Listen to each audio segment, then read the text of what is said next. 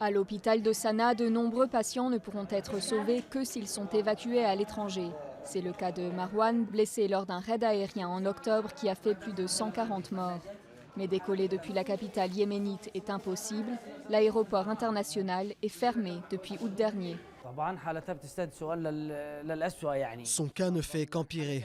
Ses blessures deviennent de plus en plus sérieuses, car nous n'avons pas les médicaments et l'équipement médical adéquat ici au Yémen. Sa situation n'est pas stable. Il ne peut pas se faire opérer ici. Nous appelons le monde entier et le monde musulman à rouvrir l'aéroport de Sanaa, ne serait-ce que pour transporter ce genre de cas à l'étranger. Le Yémen est en guerre depuis 2015 lorsque des rebelles ont pris le contrôle d'une partie du pays, y compris Sanaa.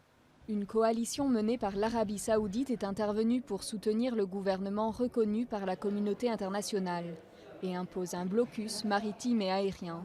Raison invoquée, l'aéroport sert à des livraisons d'armes au profit des rebelles. Il y a beaucoup de cas humanitaires et cette décision affecte les gens qui sont bloqués hors du Yémen et ceux qui sont au Yémen et qui ont besoin d'une aide humanitaire.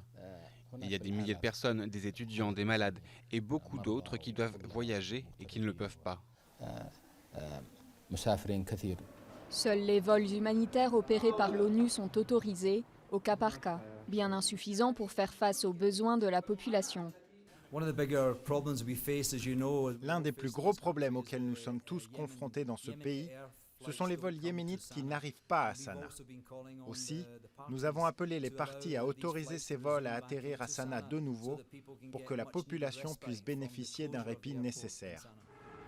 Abdel Salam attend lui aussi avec impatience la réouverture de l'aéroport. Avant le blocus, il espérait partir étudier en Inde. Aujourd'hui, son avenir est entre parenthèses. J'ai reçu une bourse d'études pour un master à l'étranger. Mais puisque l'aéroport est fermé, je suis bloqué et je ne peux pas voyager. Il y a d'autres aéroports au Yémen desquels on peut voyager. Mais malheureusement, nous ne pouvons pas les rejoindre à cause de l'insécurité. C'est trop risqué de passer par les routes du sud. Donc je ne vais pas pouvoir terminer mes études avant longtemps. Depuis 18 mois, la guerre qui fait rage au Yémen a fait près de 7000 morts, 35 000 blessés et déplacé plus de 3 millions de personnes.